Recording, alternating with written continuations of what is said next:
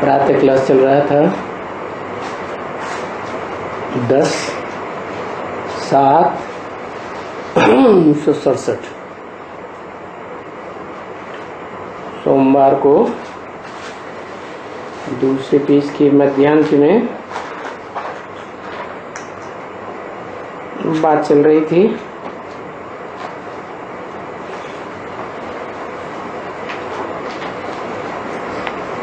एक ही प्रसंग चल रहा था याद का।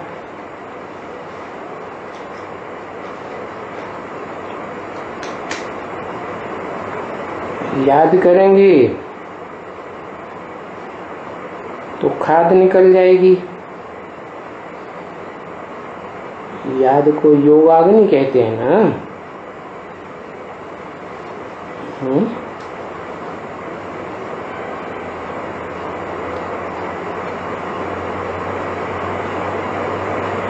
ज्ञानाग्नि भी कहते हैं,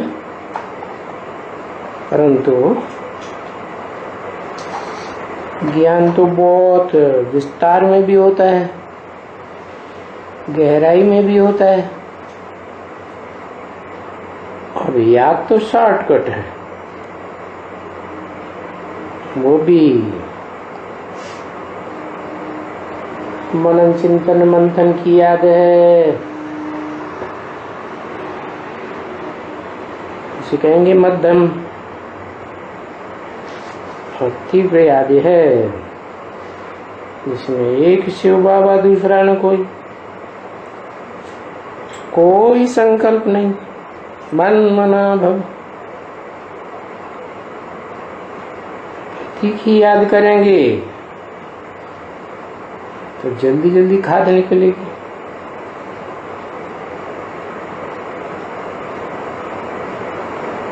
तो कुछ काम नहीं रहेगा।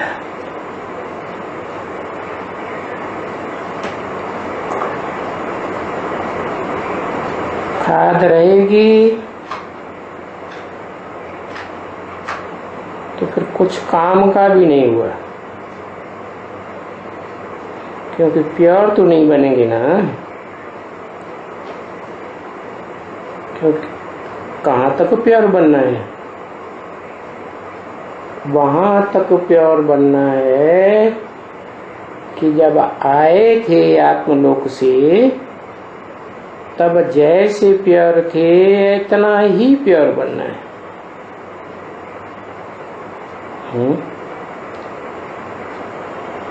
तो कैसे पता चलेगा कि हम सृष्टि रूपी रंगमंच पर कब आए थे?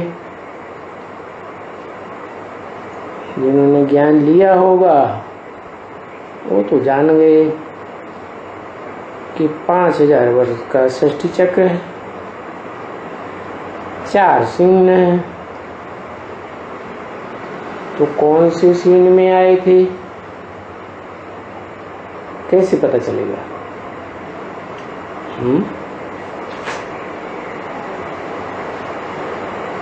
पता तो चलना चाहिए ना। है अगर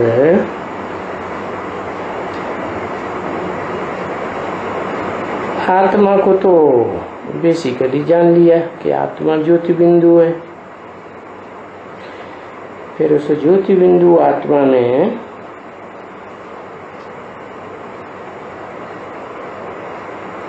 पावर कहाँ तक भरी है, और जो पावर भरी है तो जो निमित्त बनता है उसकी तो याद रहती है।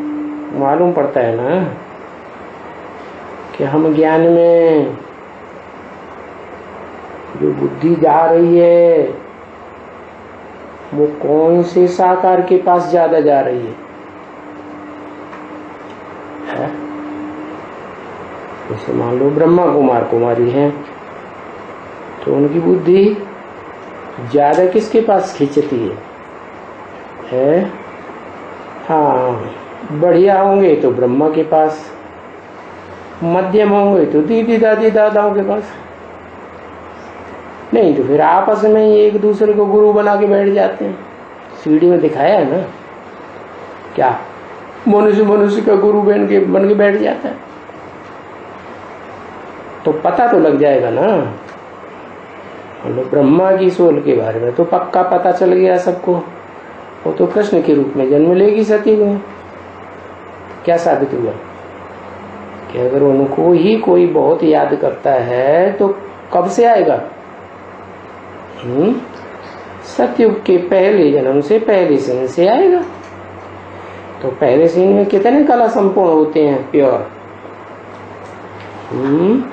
16 कला संपूर्ण। कृष्ण को याद करने वाले जिनकी बुद्धि कृष्ण में ज्यादा लटकती है, खिंचती है, तो वो वहां जरूर जाएंगे। तो फिर उतना फिर प्योर भी तो बनना है ना खुद, ऐसे नहीं कि मार पीट के बने। वो हिसाब किताब खलास करके बने धर्मराज के पास जाके।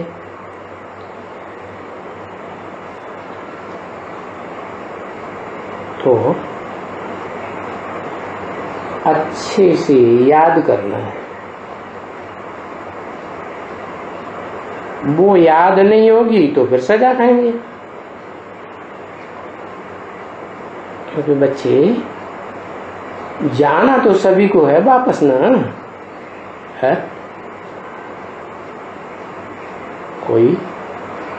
कोई आत्माएं ब्रह्मा के पीछे जाएंगी, माना कृष्ण वाली आत्मा के पीछे जाएंगी। कोई आत्माएं उनकी डायनेस्टी में आने वाली नारायणों के पीछे जाएंगी ना। कोई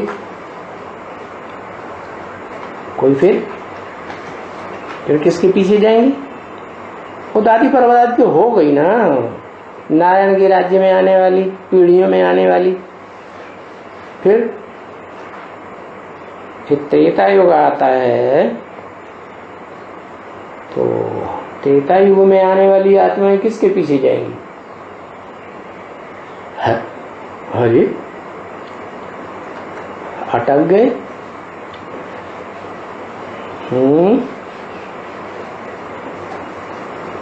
त्रेता युग में जो आएंगी कम कला वाले देवता तो सभी जानते हैं कि हाँ सत्य के बाद कम कलाएं हो जाएंगी किसके पीछे? है दो तरह की हैं। एक तो वो आत्माएं हैं जो पहले से जन्म लेती हुई आ रही है त्रेता में, सतयुग से ही जन्म लेके आ रही है। और दूसरी वो है जो एकदम सत्य की दुनिया को भी क्रॉस करके, पूरा कल्प क्रॉस करके वैकुंठ लोक से आती है। क्या सतयुग से भी पहले क्या होगा? वैकुंठ होगा। जिसे मुसलमान लोग कहते हैं जन्नत, क्रिश्चियंस कहते हैं पैराडाइज। तो इन्होंने पहचाना होगा किसको है? जिन्होंने पहचाना होगा, अच्छा मान लो लक्ष्मी को पहचाना होगा, बुद्धि ज्यादा लक्ष्मी में खींच रही है, तो त्रेता की फर्स्ट जन्म में नहीं आएंगे। ये क्या कहती है शिव बाबा है? अच्छा सतयुग के आदि में जो कृष्ण वाली आत्मा है उसके साथ वो आत्माएं नहीं आएंगी। लक्ष्मी, आदि लक्ष्मी वाली जो वैकुंठ में अतीन्द्रिय सुख भोगती है क्या कलातीत स्टेज में, वो आत्माएं नहीं आएंगी सती में है? तो बोला क्यों नहीं वो भी आएंगी?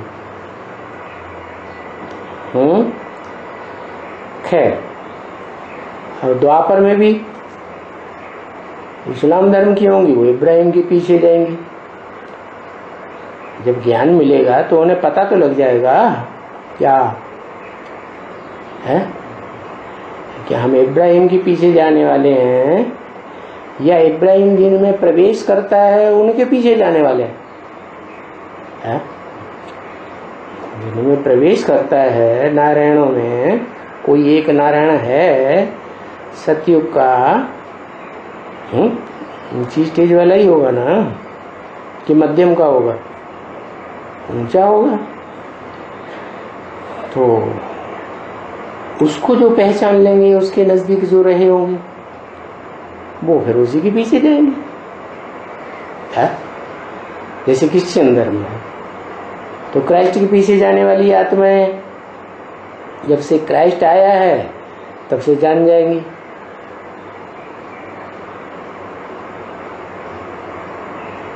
क्या जान जाएंगी? कि हमको क्राइस्ट के पीछे जाना है। लेकिन जिन्होंने जान लिया क्राइस्ट तो जीसस में प्रवेश करता है, जीसस तो उससे भी ज्यादा पुराना हो गया है, और ज्ञान मिलेगा तो ये भी जान जाएंगे वो जीसस वाली आत्मा सतयुग में आती है कि नहीं आती है, जानेंगी ना। तो वो फिर उस नारायण को पहचान लेंगी, कहाँ? संगम में ही, और उसके पीछे जाएंगी। तो वापस जाते समय सबके अपने अपने ग्रुप होते हैं क्या है? हाँ, फिर राम सीता वाली आत्माएं किसके पीछे जाएंगी?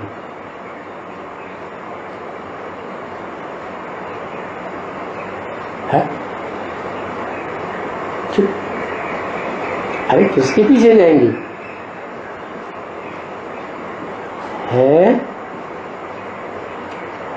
लक्ष्मी नारायण के भी। लक्ष्मी नारायण अलग है, और लक्ष्मी नारायण ऊंचे हो गए और राम वाली आत्मा नीची हो गई।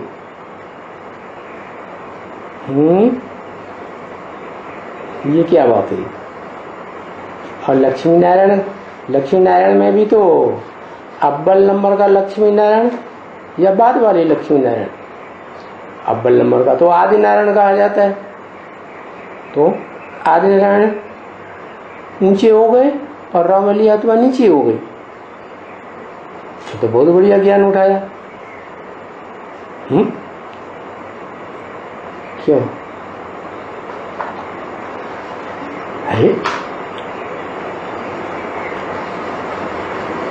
राम वाली आत्मा, सीता वाली जिसको कहते हैं, राम सीता, त्रेता में पहला गद्दी जमाई जाएगी तो उसमें जो राम सीता नाम पड़ेगा तो वो आत्माएं तो कल्प पूर्व से ही है, सती की दुनिया को बनाने वाली ही है मिलजुल करके। तो उनमें जिनकी बुद्धि लटकी रही होगी वो तो उन्हीं के पीछे जाएंगे। लेकिन फिर जिनको राम सीता कहा जाता है या कोई दूसरा नाम भी है तो वो किसके पीछे जाएंगे? और उनमें भी दो नंबर है ना, एक राम वाली आत्मा और एक सीता वाली आत्मा। तो जो राम वाली आत्मा किसके पीछे जाएगी या सीता वाली आत्मा किसके पीछे जाएगी?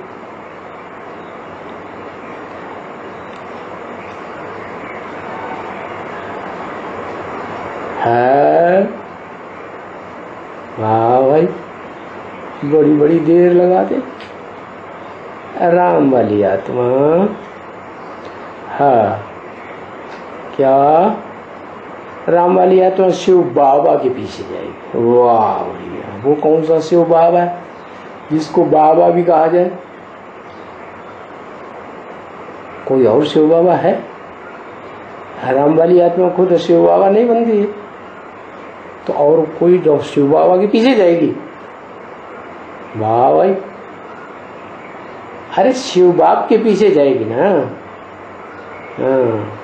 तो वापस तो सभी को जाना है, लेकिन अभी ये पता लगाना है कि हमें किसके पीछे जाना है। वापस जाना है तो किसके पीछे जाना?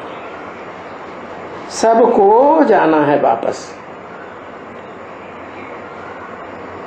सब सारी दुनिया की आत्माओं को वापस जाना, और जाना है नंबरवार, एक के पीछे एक।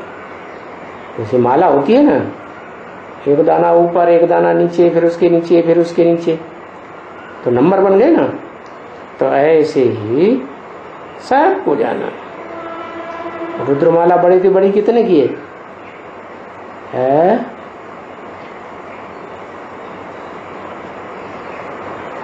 बड़े से बड़ी रुद्रमाला, बड़े से बड़ी पूछ रहे हैं तो वो रुद्रमाला बड़े से बड़ी कितने की है? कितनी संख्या की है? तो रुद्रमाला बड़े से बड़ी है 500-700 करोड़ की सारी रुद्रमाला है, क्योंकि शिव ही जब प्रवेश करते हैं तो उनका नाम ही रुद्र है, जिनके नाम से रुद्र ज्ञान यज्ञ शुरू होता है। देने वाला कौन? शिव या शंकर, जिसमें प्रवेश करते हैं। तो फिर तो उनकी माला कितने की हुई? शिव की माला सारी सृष्टि 500-700 करोड़ मनुष्य आत्मा है, सारी रुद्रमाला होगी। अच्छा, तो जो विवाह की आत्माएं हैं वो सब जाएंगी। कहाँ की आत्माएं?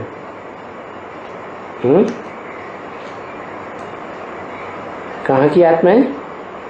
वहां की माने परम धाम की, सुप्रीम एबोड की जो भी आत्माएं हैं वो सब वापस जाएंगे। अच्छा, शरीर तो नहीं जाएंगे ना बच्चे? है? शरीर जाएंगे, आत्माएं जाएंगी, बिंदु बिंदु बिंदु आत्माएं जाएंगी। जीव को शरीर कहते हैं ना, क्योंकि जीव आत्मा शरीर में है तो जीवात्मा कही जाती है। और परम धाम में कहेंगे तो आत्मा। इस सृष्टि पर आई तो जीवन धारण करती है, 5 तत्वों का शरीर लेती है तो जीवात्मा। तो अभी बाप किसके लिए आते हैं? किसको वापस ले जाने के लिए आए हैं? जीवात्मा को वापस ले जाने के लिए आए हैं, या किसको वापस लेने के लिए है? आत्माओं को वापस ले जाने के लिए आए। जीवात्माएं जिनको शरीर है उनको जीवात्मा कहा जाता है, जीवित आत्मा। आत्मा बाहर निकल गई, परमधाम में पहुंच गई, 1 सेकंड में आना जाना होता है आत्मा का, तो फिर वो जड़वत हो जाती है, जीवन नहीं कहेंगे। तो बच्चे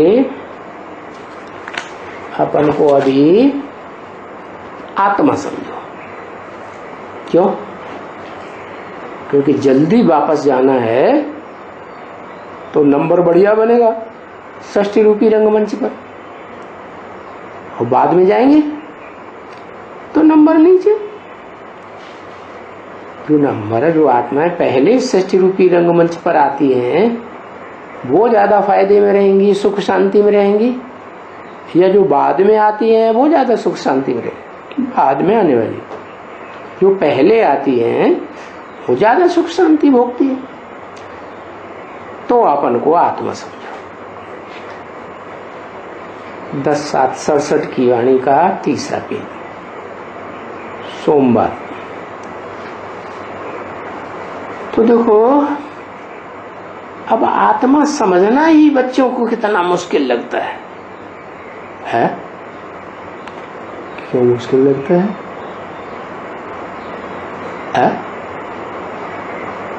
क्यों मुश्किल लगता है? जब है ही ओरिजिनली आत्मा, तो मुश्किल क्यों लगता है?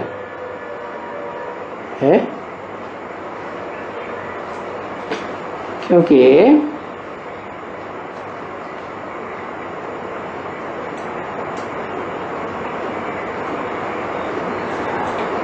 इसलिए लगता है, जो आत्माएं देह अभिमानी धर्म पिताओं के साथ आई है या नंबरवार आई है धर्म पिताओं के पीछे पीछे, तो उनको देहभान ज्यादा रहता है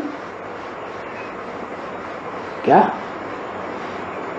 जैसे आत्माएं उतरती है ना धर्म पिताओं के ऊपर से, और उनके फॉलोअर्स से ऊपर से उतरते हैं, तो आत्मिक स्टेज रहती है।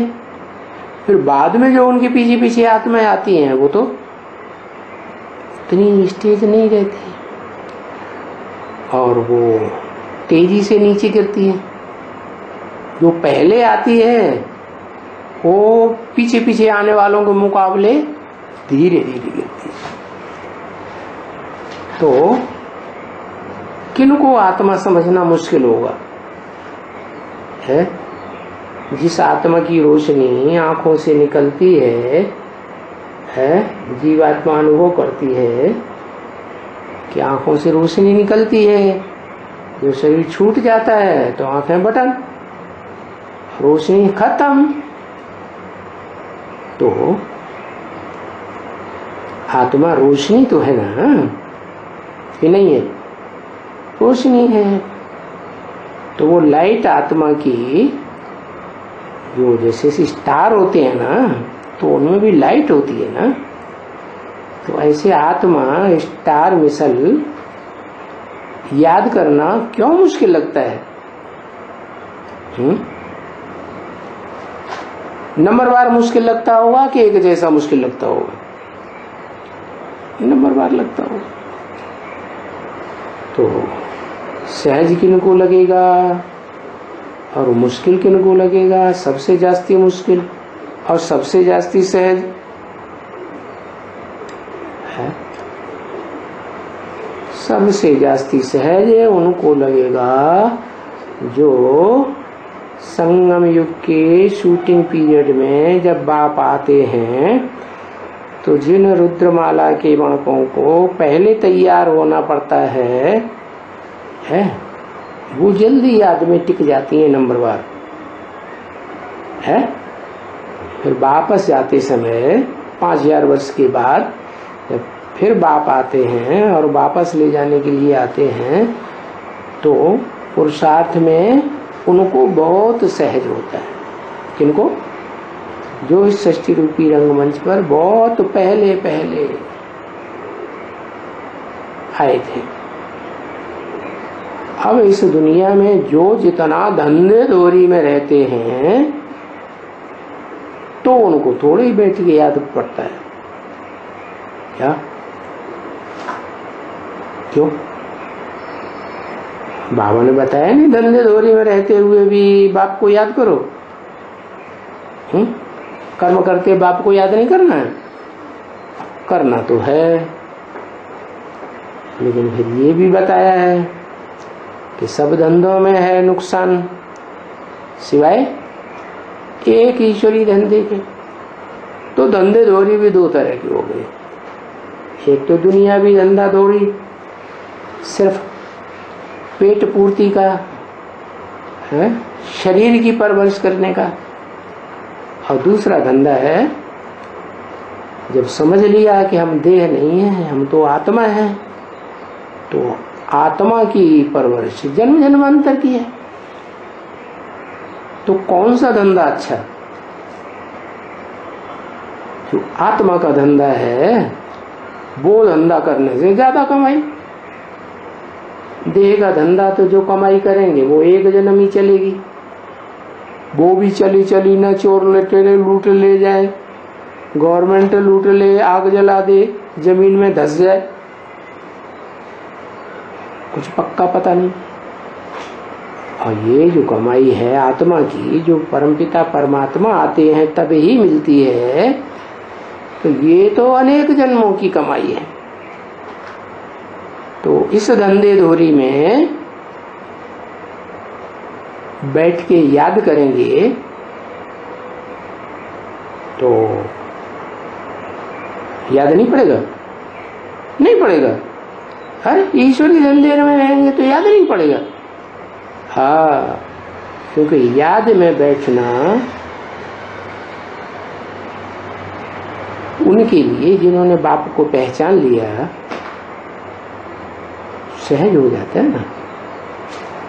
और जिन्होंने पहचाना ही नहीं, धंधे दोरी बाहर की दुनिया में लगे हुए हैं, पेट के धंधे में, तो उनको कठिन पड़ता है। तो ईश्वरीय धंधे में लगना अच्छी बात है, और उसमें भी फिर नंबरवार है। कोई तो ये समझते हैं कि ईश्वरीय धंधा मुरली पढ़ ली, मुरली पढ़ के सुना दी, प्रदर्शनी कर ली, कॉन्फ्रेंस कर ली, मेले मलाखड़े में ज्ञान लेना देना कर लिया, तो वो भी तो धंधा है ना, है?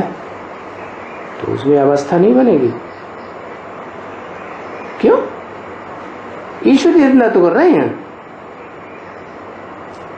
हाँ, जो जिनकी सेवा करते हैं, जिनके संसर्ग संपर्क में आते हैं, तो उनके संग का रंग लगता है कि नहीं? तो फिर वो देवान बढ़ता है। फिर आत्मिक स्थिति बनाने में थोड़ी तकलीफ होगी। और जो ये समझ जाते हैं कि ज्ञान की गहराइयों को हम जितना समझ लेंगे उतना हम फिर बाप के नजदीक ज्यादा पहुंचेंगे। तो जो मनन चिंतन मंथन में रहते हैं और ज्ञान की गहराई को ज्यादा पकड़ लेते हैं, बाप को ही याद करते हैं, बाप की वाणी को ही याद करते हैं, बाप के महावाक्य भी याद आते हैं, और बाप ने जो काम दिया है क्या खास, मन मना भव। तो किसके मन मना भव, ये बुद्धि में बात चलती है। ब्रह्मा के द्वारा बोला शिव ने, तो शिव को तो मन ही नहीं है? तो किसने कहा मन मना भव? जरूर कोई है ना जिसमें प्रवेश करके कहते हैं मन मना भव। तो वो है जिसमें शिव बाप पहले प्रवेश करते हैं। तो जिसमें भी प्रवेश करते हैं उसका नाम ब्रह्मा रखना पड़ता है। तो जो पहला ब्रह्मा है वही फिर आदि सो अंत में ब्रह्मा के रूप में परम ब्रह्म नाम होता है। बड़ा ब्रह्मा, बड़ी अम्मा, जैसे घर परिवार भी हिंदुओं में होता है ना, तो कोई एक शादी करते हैं, दो शादी करते हैं, तीन चार शादियां कर लेते हैं। तो बड़ी अम्मा कौन हुई? पहले वाली बड़ी अम्मा हुई ना। उनके बच्चों को ज्यादा प्राप्ति हो जाएगी ना। तो प्राप्ति का हिसाब है क्या? जितना गहराई से बाप को पहचानेंगे उतना ही प्राप्ति होगी। तो फिर बाबा को याद करने के लिए मनन चिंतन मंथन भी ब्राह्मणों का धंधा है। क्या? जितना गहराई से मनन चिंतन मंथन करेंगे उतना ज्ञान अपना बनेगा। क्या? मंथन करेंगे तो मक्खन मक्खन मिल जाएगा, जिसने मेहनत की उसको मिल जाएगा। फिर दूसरों को बांटेंगे तो और बढ़ता रहेगा, तो उनकी अवस्था भी अच्छी बनती है। फिर मनन चिंतन मंथन करते करते जब आखिरी स्टेज पे पहुंच जाते हैं, निर्णय हो जाता है कि आखिर हम किस एक को याद करें। क्या तो उनकी अव्यभिचारी याद होगी, और अव्यभिचारी याद में बहुत गहरी याद आती है। क्या योगाग्नि तीव्र हो जाती है। जैसे साधारण आग में सोना तपाया जाए तो पिघलता नहीं, पिघलेगा भी तो अलग अलग खाद नहीं निकलेगी। तो गहरी याद जो है जिनकी लगेगी उन्हें फिर टाइम का भी पता नहीं लगेगा। क्या कि हम कितनी याद, कितनी देर याद में बैठे, ऐसे भी होगा। क्या ये दुनिया में जो हो अल्लाह मचेगा ना, हाय हाय मचेगी ना, तो वो उन्हें पता ही नहीं लगेगा कितना टाइम हो गया हाय हाय होते हुए। ऐसे ही मस्त हो जाएंगे याद में। क्योंकि जब आत्मा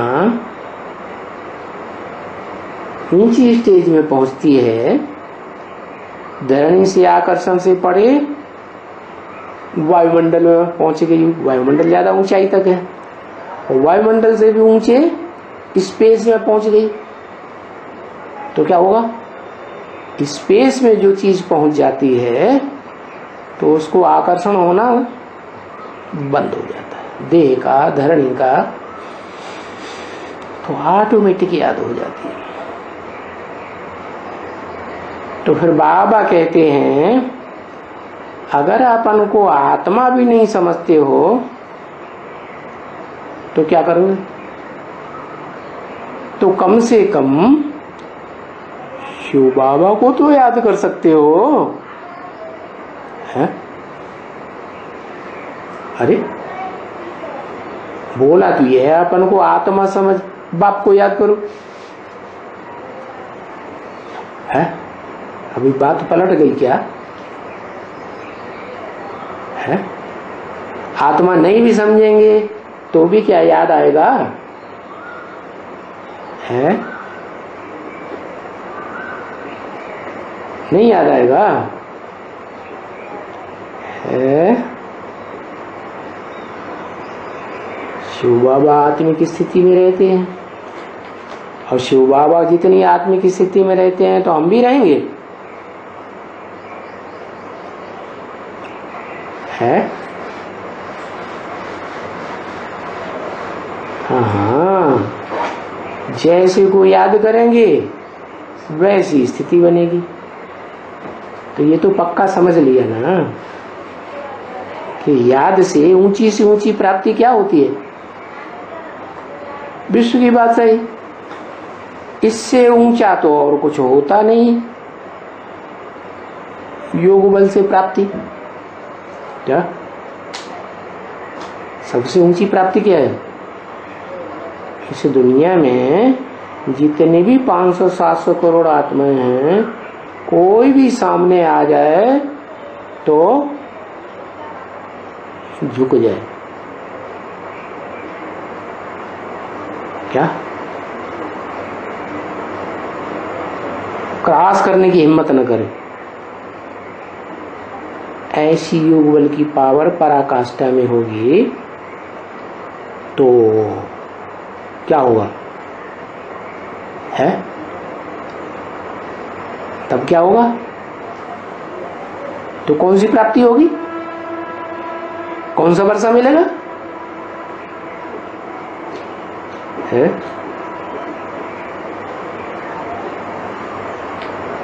विश्व की बादशाही मिल जाएगी, वैकुंठ की बादशाही मिलेगी। बादशाही, वैकुंठ में बादशाह तो विष्णु होता है, और विष्णु में भी 4 भुजाएं, वो तो भुजाएं तो सहयोगी की निशानी है, तो 4 थोड़े विश्व के बादशाह होंगे वैकुंठ की दुनिया के, एक ही होगा ना। तो उसमें भी नंबरवार है, भुजाओं में भी जो सहयोगी भुजाएं हैं वो भी नंबरवार। तो अभी बात आई कि जिनको आत्मा भी नहीं याद आती है वो शिव बाबा को तो याद कर सकते हैं।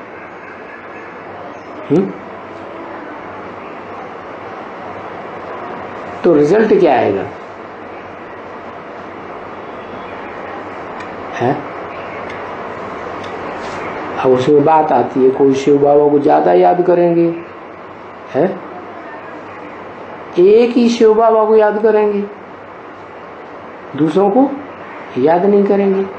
और जितने समय लंबे तक एक की याद डटेगी तो उतना ज्यादा उनको प्राप्ति होगी। क्या प्राप्ति होगी? विश्व की बादशाही मिलेगी है? हाँ मिलेगी, क्यों नहीं मिलेगी, लेकिन नंबरवार ही तो मिलेगी। क्या नंबरवार माने है? जैसे कोई राज्य होता है ना, तो राज्य में कोई सेनापति होता है, कोई छोटे बड़े मंत्री होते हैं, कोई महामंत्री होता है? तो सबसे ज्यादा सहयोगी कौन हुआ? महामंत्री नहीं। राजा की रानी की बात ज्यादा चलेगी कि महामंत्री की चलेगी है? ज्यादा किसकी चलेगी? प्रेफरेंस ज्यादा किसको दिया जाएगा? राजा को? हाँ, रानी को? हाँ। तो आत्मा भी याद नहीं कर सकते हो तो शिव बाबा को याद करो, तो ये तो सहज हो गया। क्योंकि आत्मा को याद करना मुश्किल हो जाता है, क्या बताया? जो धंधे धोरी में रहते हैं उनको क्या बताया? आत्मा को याद करना कठिन पड़ता है, तो उनके लिए तो बहुत सहज बात बता दी। क्या बता दिया? क्या बता दिया है? कि साकार को याद करो, निराकार, साकार में निराकार तो है ही, शिव बाबा कहा जाता है, वो तो जन्म जन्मांतर साथ रहेगा ना। जो ज्यादा याद करेंगे भले प्रजावर्ग की आत्माएं हो तो भी राज परिवार में साथ रह सकते हैं या नहीं है? मान लो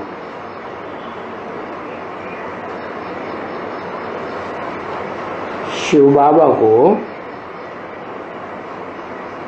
उन्होंने ज्यादा याद किया, प्रजावर्ग की आत्माएं हैं,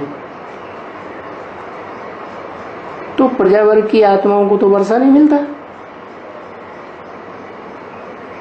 है। प्रजावर्ग में भी ऐसी होंगी ना। भक्त किस्म की आत्माएं, शिव बाबा के भक्त भी तो होते हैं। तो जो शिव बाबा के भक्त होंगे उनमें भी वही है। अभी विचारी याद वाले भक्त बहुत होते हैं। यथा राजा था प्रजा, ये क्या बात?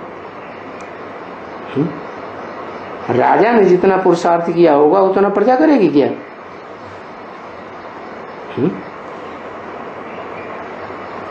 सुख शांति में उतना रहेंगे,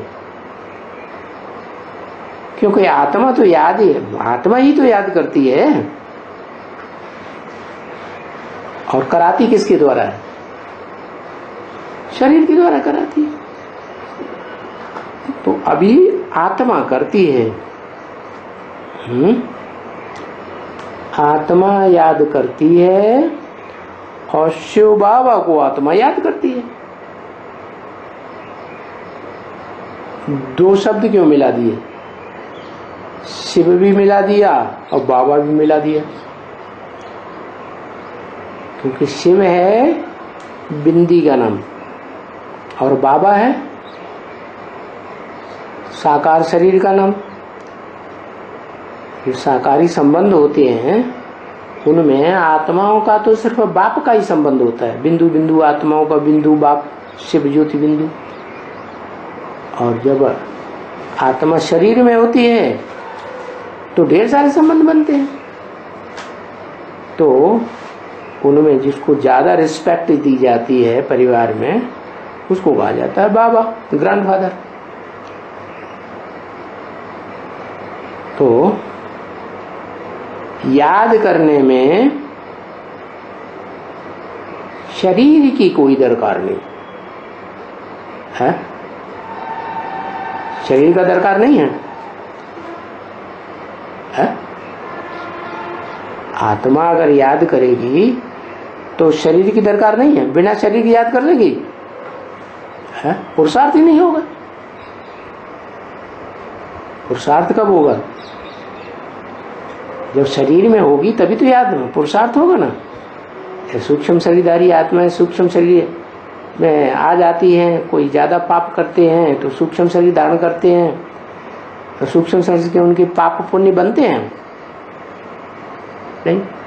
हाँ, जिसमें प्रवेश करते हैं उनका पाप पुण्य बनता है।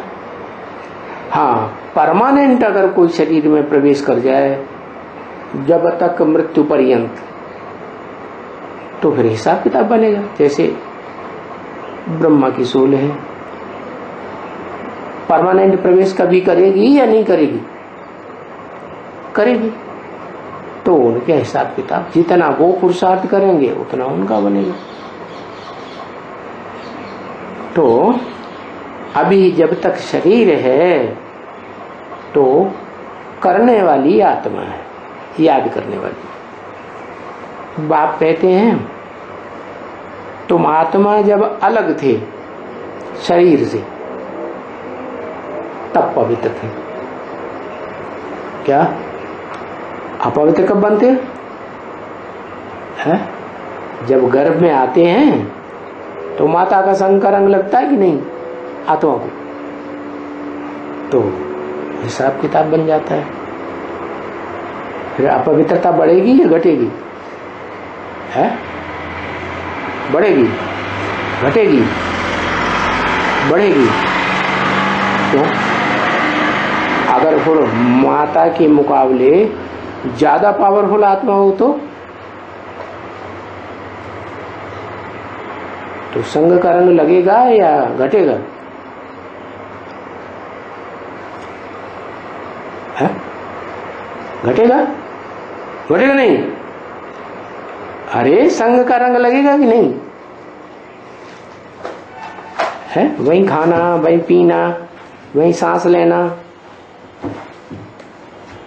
सब प्रकार की प्राप्ति।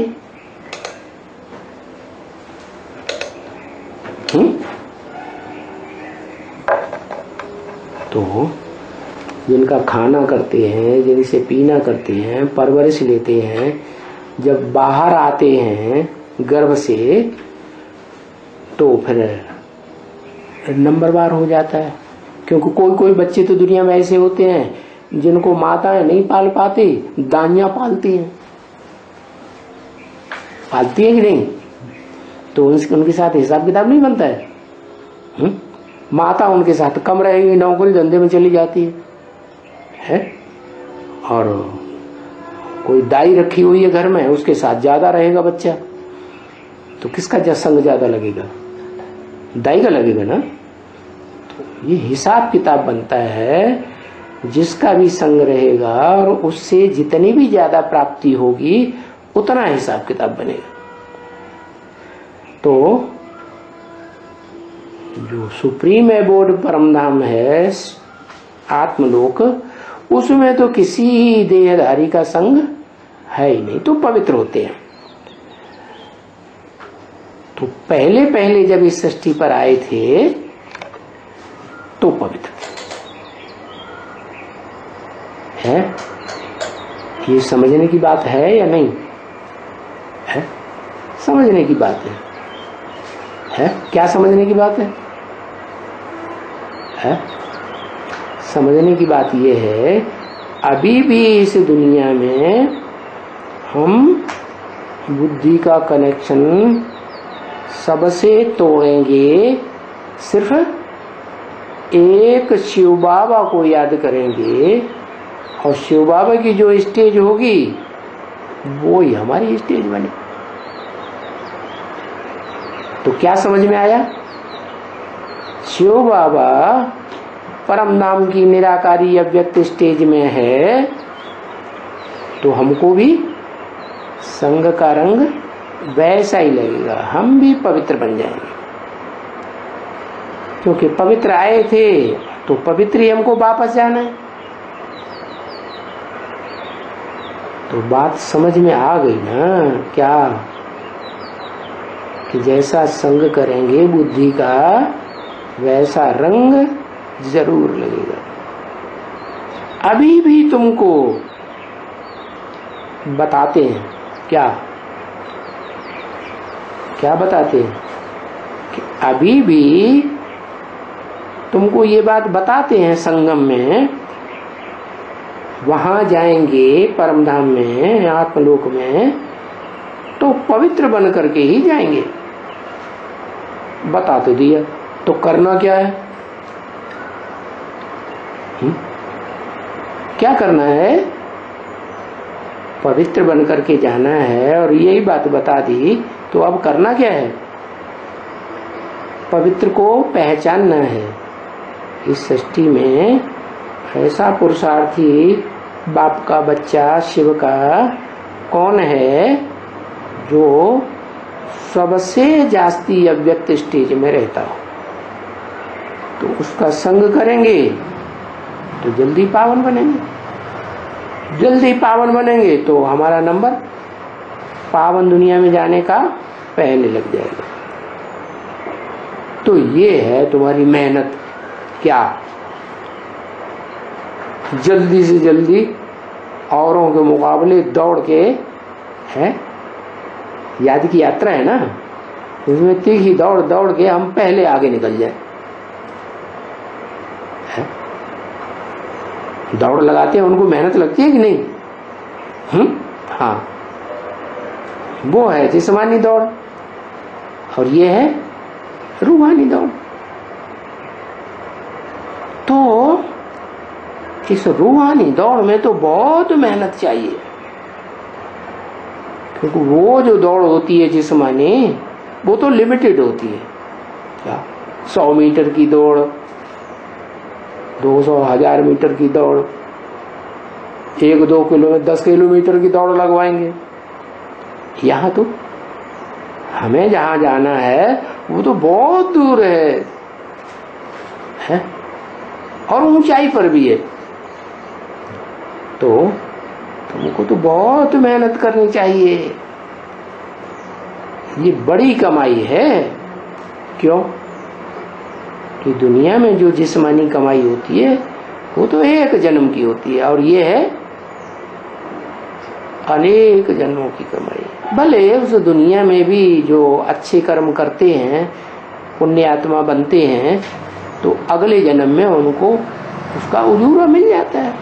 1-2 जन्म उजूरा मिलता है, क्योंकि जो कर्म दुनिया में भी अज्ञान काल में किए जाते हैं, तीव्रता से किए जाते हैं, तीव्र संकल्प लेकर के, तो उनका फल जल्दी मिलता है। और जो कर्म धीमी गति से किए जाते हैं तो उनका फल देर में मिलता है। तो अभी तो एक ही जन्म है, लास्ट जन्म, उसमें तो बड़ी कमाई करनी चाहिए। देखो यहां इस दुनिया में कितने बड़े बड़े साहूकार हैं। किस चीज के? हैं? स्थूल धन संपत्ति के कितने बड़े बड़े साहूकार हैं, और उनका नाम अखबारों में निकलता है। कितना उनका मान होता है। पदम पदम पति हैं। क्या संख्याओं में ऊंची संख्या बता दी सबसे। कोई अरब के मालिक, कोई खरब के मालिक। तो दुनिया की बात क्यों की बाबा ने? है कि इस दुनिया से टैली करो। उनकी जो स्थूल धन की कमाई है, तुम्हारी कौन सी कमाई है? तुम्हारी है ज्ञान धन की कमाई है, जो ईश्वरीय धन है, वो ईश्वर से ही मिलता है? वो धन आपस में कमाई करते हैं। धंधा डोरी कुछ भी कहेंगे, व्यापार भी तो आपस में लेन देन करते हैं। आपस में एक दूसरे से लेते हैं। और यहाँ तो देने वाला एक ही ऊंचे ते ऊंचे बाप है। और कितना देते हैं? उसके पास तो अखूट खजाना है क्या? उसकी गिनती भी नहीं कर सकते। क्या कहते हैं? उसके पास जो ज्ञान का धन है उसके लिए कहते हैं कि वो इतना धन है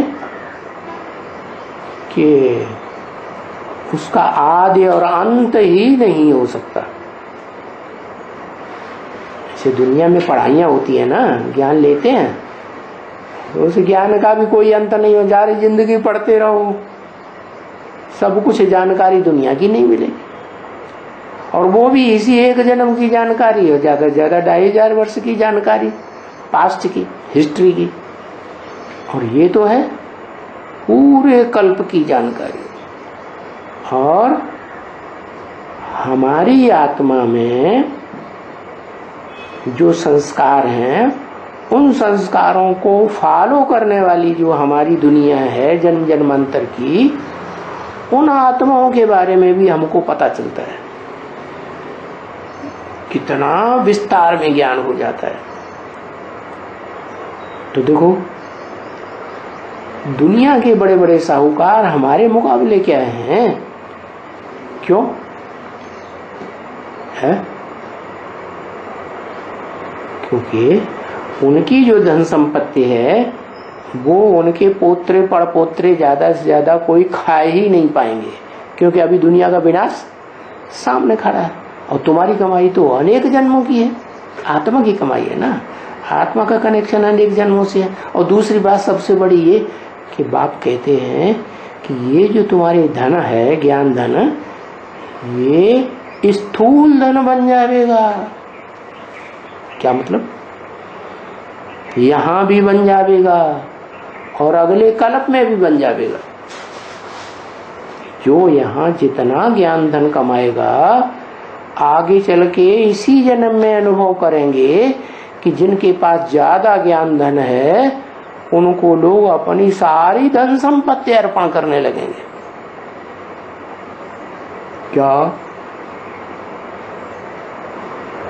तो सबसे जास्ती धनवान कौन बनेंगे? हद की धन संपत्ति के भी और बेहद की धन संपत्ति के भी तुम बनोगे ना। अभी विलायत में देखो, अरबों खरबों के धन की तो कोई उनको कमी ही नहीं है, परंतु फिर भी जो आत्मा का सुख है, आत्मा जिसे कहते हैं मन बुद्धि को, मन जिसे कहते हैं संकल्प शक्ति, तो संकल्पों में खुश हैं। विलायती लोगों के जो अंदर अंदर मन में संकल्प चल रहे हैं, उन संकल्पों के आधार पर वो खुश हैं, सुख में रहते हैं। लो, सुख में नहीं रहते। अरे इंद्रियां तो नीचे हैं, कम ताकतवर है। इंद्रियों को कंट्रोल करने वाला तो मन है ना, तो मन ही सुखी नहीं तो इंद्रियां तो कितना भी सुख दे दो, क्या मन जो है वो उस सुख को एक्सेप्ट ही नहीं करेगा। तो देखो, स्थूल धन तो दुनिया वालों के पास बहुत है, परंतु विलायतियों के पास भी है। सुख तो नहीं है ना। देखो, दुख ही दुख है ना। क्या? क्यों कहा दुख ही दुख है? ज्यादा धन संपत्ति होगी, है वेल्थ बहुत होगी, तो हेल्थ अच्छी रहेगी ना। हेल्थ अच्छी रहेगी तो बीमार कम पड़ेंगे ना। जिनके पास ज्यादा धन होता है वो ज्यादा बीमार पड़ते हैं। क्या होता है? जिनके पास ज्यादा धन होता है वो फिर दुरुपयोग करते हैं। क्या? धन का सदुपयोग नहीं करते, तो दुरुपयोग करेंगे तो दुख ही मिलेगा।